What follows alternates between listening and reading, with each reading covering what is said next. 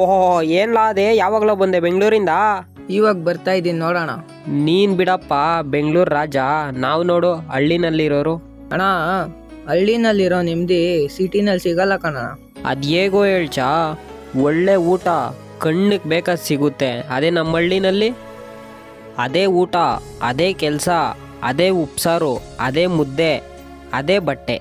ಅಣ್ಣ, ನೀನ್ ಹಳ್ಳಿನಲ್ಲಿ ಇದ್ದಿ ಒಳ್ಳೆ ಗಾಳಿ, ಒಳ್ಳೆ ವಾತಾವರಣ, ಒಳ್ಳೆ ಪರಿಸರ ಇದೆ. ಅದೇ ಸಿಟಿನಲ್ಲಿ ಗಾಡಿ ಸೌಂಡ್ಗಳು, ಜಗಳಗಳು, ರೋಡಲ್ಲೂ ಜನಗಳು. ಸಿಟಿ ಸವಾಸನೆ ಬೇಡ ಅಂತ ಹಳ್ಳಿಗೆ ಬಂದ್ಬಿಟ್ಟೆ ಕಣಣ್ಣ.